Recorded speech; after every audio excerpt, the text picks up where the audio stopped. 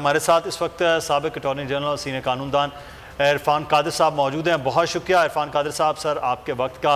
असर जब ये पहला दिन था उस दिन भी आपसे गुफ्तगू हो रही थी, उस दिन आप कह रहे थे कि ये मामला जो है वो पार्लियामान का था, अदालत में जाएगा तो क्या होगा। तो अब अदालत में सर चौथा दिन तो है, तमाम फरीक़ैन के वकला के हवाले से बातचीत भी हो रही है, वो अपने दलाइल भी दे रहे हैं। तो ये जो चीफ जस्टिस साहब ने अपने रिमार्क्स में एक लाइन कही कि हम खारजा अमूर के मामलात के हवाले से जो है चीज़ें वो नहीं देखेंगे, सिर्फ ये देखेंगे कि रूलिंग आइन के मुताबिक है या नहीं है। तो इसमें सर काफ़ी लंबा मामला चल गया, आप क्या देख रहे हैं सारे इशू को सर?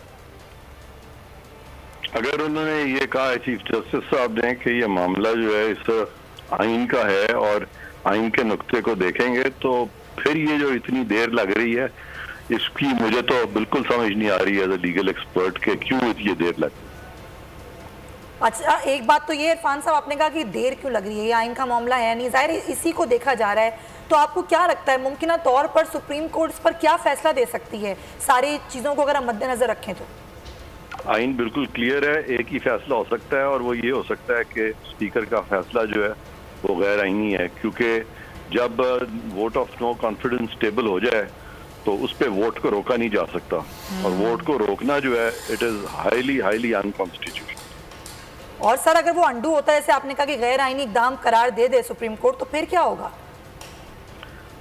सुप्रीम कोर्ट अगर गैर आइनी दे देगी तो सुप्रीम कोर्ट सख्त और कंट्रोवर्शियल सुप्रीम कोर्ट बन जाएगी, कभी भी नहीं देंगे, दे ही नहीं सकते।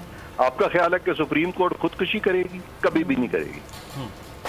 लेकिन सर जो बात ये हो रही है कि स्पीकर की जो रूलिंग है उसके हवाले से अदालत जो है वो किसी भी किस्म का कोई इख्तियार नहीं रखती कि रूलिंग है वो जो भी रूलिंग दे दे, और उसने तो रूलिंग दे दी है। तो मामला एक जानिब रूलिंग का है, दूसरा फिर जो आर्टिकल 5 को बेस बनाकर उन्होंने रूलिंग दी है, तो उसके मुताबिक ये क्या हो सकता है? अदालत स्पीकर की रूलिंग बचगाना है। नर्सरी क्लास में जब बच्चे लड़ पड़ते थे आपस में तो जिसको हम कहते थे पंजाबी में वो रोंदी मारी है उसने, स्पीकर ने वो किया, सिंपल।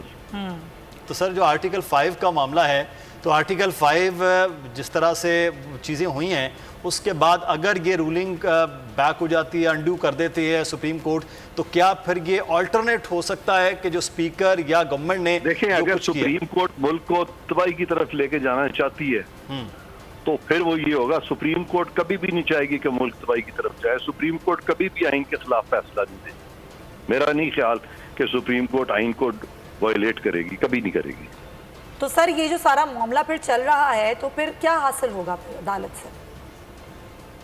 क्या आपका सवाल क्या है? अदालत से फिर क्या हासिल होगा? फिर ये सारा मामला चल रहा है, अभी सब गया हुआ है अदालत में, इसमें यही हासिल होगा ना कि अदालत जो है वो आइन की बालादस्ती के बारे में बात करेगी और इस चीज को मनवाएगी कि आइन को फॉलो किया जाए, और जिन्होंने फॉलो नहीं किया उनके एक गैर आइनी इकदाम को गैर आइनी कहेगी, ताकि इस तरह की चीज आइंदा कोई ना करे। सही। अच्छा इरफान साहब, दूसरी जानिब हम पंजाब असम्बली के भी देख रहे हैं कि पंजाब असम्बली में पहले इजलास बुलाया गया, फिर नहीं, कल सुप्रीम कोर्ट में जो एडवोकेट जनरल पंजाब में उन्होंने कहा कि बिल्कुल जो है किसी की मेंबरशिप भी नहीं मुअत्तल हो रही और इजलास भी टाइम पर होगा। फिर डेप्यूटी स्पीकर उन्होंने इजलास के लिए कहा कि उसी पे होगा मामला, लेकिन अब जो पंजाब असम्बली के अंदर हो रहा है, आपको लगता है ये भी एक गैर आइनी इकदाम हो रहा है कि डेप्यूटी स्पीकर एक दे रहे हैं ऑर्डर और उस ऑर्डर को भी नहीं माना जा रहा है? नहीं, डेप्टी स्पीकर ने क्या कहा, मुझे जरा वजाहत कीजिए, मुझे इस बात का इल्म नहीं है, बताइएगा। जी जी, डेप्यूटी स्पीकर की जानिब से सर पहले इजलास जो है वो बुलाया गया था, लेकिन उसके बाद इजलास को मुलतवी कर दिया गया दोबारा से 16 तारीख के लिए। सुप्रीम कोर्ट में कल एडवोकेट जनरल ने ये बात की, जब वहाँ पर ये मामला हुआ उन्होंने कहा कि वक्त पर जो वक्त है उसी पर इजलास बुलाया जाएगा और किसी मेंबर की जो रुकनीत है वो भी मुअत्तल नहीं की जा रही, को जो झगड़ा हुआ था पंजाब असम्बली में। अब उसके बाद आज जो ऑर्डर जारी किया है डेप्यूटी स्पीकर, क्योंकि इस वक्त कस्टोडियन है स्पीकर, तो उसके लिए चले गए वज़ारत आला के उम्मीदवार के तौर पर, तो आज जो असम्बली स्टाफ है उन्होंने किसी भी किस्म का ऑर्डर जारी करने से रोक दिया, यानी कि उनकी जानिब से कहा गया, लेकिन कोई नोटिफिकेशन जारी किया नहीं किया असम्बली के स्टाफ की जानिब से। तो इस सारे अमल में फिर कानूनी मामला क्या होगा सर? कानूनी मामला ये होगा कि जो भी असेंबली में वोट होना है वो होना चाहिए, उसको डिले नहीं किया जा सकता, और इस तरह से आप एक कॉन्स्टिट्यूशनल जो एक तरीका है उसको आप रुकावट डाल रहे हैं, और उसको रुकावट डालना जो है इस तरह के मामलात में वो मैं समझता हूँ कि कॉन्स्टिट्यूशन को सबवर्ट करने के मुतरादिफ है। लेकिन सर सिर्फ ये नहीं हुआ, बल्कि पीटीआई ने तहरीक अदम एतमाद भी जमा करा दी है। उसके तहत तो फिर वो मजाज ही नहीं रहे कि वो असम्बली का इजलास बुला सकें, तो फिर होगा क्या? नहीं, किसके खिलाफ तहरीक अदम? डिप्टी स्पीकर के खिलाफ। अपने ही डिप्टी स्पीकर के खिलाफ। हाँ, तो फिर कोई और मेंबर बैठ जाएंगे जो भी प्रिजाइड कर सकते हैं, कोई और प्रिजाइड कर सकता है अंडर द रूल्स, वो तो कोई इतना इशू नहीं है। सही, अच्छा। ठीक है। इरफान कादिर साहब हमारे साथ मौजूद थे, सीनियर कानूनदान जनरल। बहुत शुक्रिया इरफान साहब आपके वक्त का। जमील, एक जानिब इस्लामाबाद वाला मामला, दूसरा लेकिन इस वक्त जो कल आपने गवर्नर हाउस में देखा है को 50-55 मेंबर कौमी जो सूबाई असम्बली के पाकिस्तान तहरीक इंसाफ के, वो मौजूद ही नहीं थी। जो नंबर गेम परसों तक थी, उसके बाद अलीम खान और चौधरी सरवर की प्रेस कॉन्फ्रेंस के बाद मजीद पलट गई। तो अब जो जमील आप देख रहे हैं कि पंजाब के अंदर जो चीज़ें जिस तेज़ी के साथ हाथों से निकलती जा रही हैं परवेज़ इलाही या PTI की, तो फिर परवेज़ इलाही साहब को तो रेस्क्यू के लिए बुलाया गया था, PTI को इकट्ठे करें, वो तो सर पहले से भी बिखर गई ज़्यादा।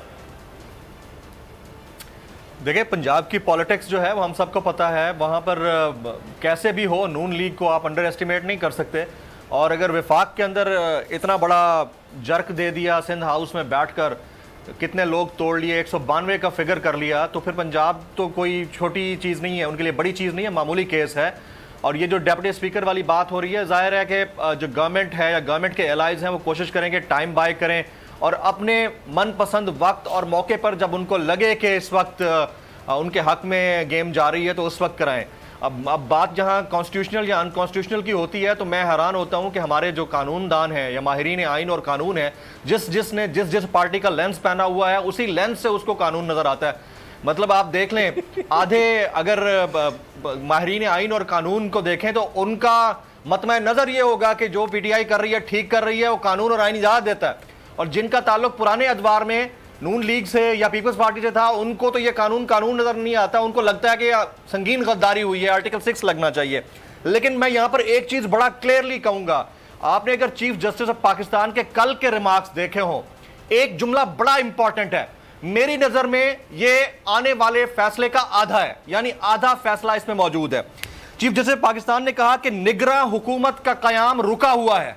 अब गौर कीजिए इसके ऊपर, निगरां हुकूमत का कयाम रुका हुआ है, सोच रहे हैं कि आज या कल फैसला दे दें।